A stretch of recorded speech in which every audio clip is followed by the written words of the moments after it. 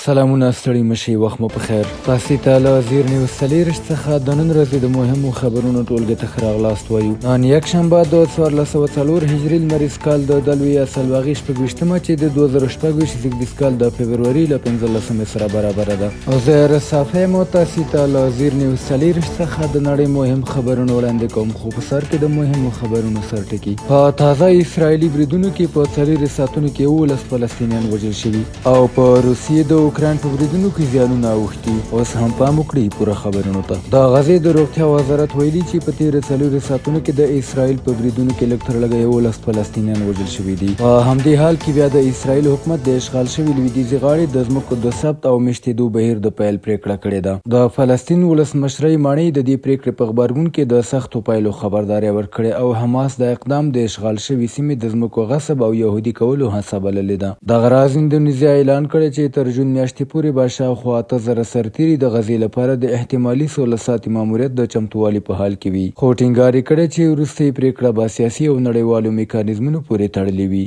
مارکو روبیو مرکزي اروپا ته د اړیکو د پیاوړتیا لپاره سفر پیل کړ. د امریکا د بهرنیو چارو وزیر مارکو روبیو د مرکزي اروپا سفر پیل کړی او ویلي دي چې د سلواکیا او هنګري سره به همکاري جوړه کړي چې دا دواړه هیوادونه له ولسمشر ډونالډ ټرمپ سره نږدې اړیکې هم لري. مارکو روبیو په براتسوالا کې له لومړي وزیر رابرټ پیټسو او ولسمشر سره د انرژي او دفاعي همکاریو په اړه خبرې وکړې. نوموړي وویل د ټرمپ اداره غواړي مرکزي اروپا د امریکا د بهرنۍ تګلارې مهمه برخه وګرځي. ټاکل شوی روبیو د سفر په دویم پړاو کې د هنګري له لومړي وزیر ویکټور اوربان سره وګوري. سلواکیا او هنګري چې لا هم پر روسي ګاز او تیلو تکیه لري له ماسکو سره یې اړیکې ساتلي او د اوکراین لپاره یې د اروپایي بندیزونو او پوځي مرستو په اړه انتقادونه هم کړي دي. روبیو ویلي د انرژي بدیلې سرچینې او د ناټو ژمنې به هم د خبرو مهمه برخه وي.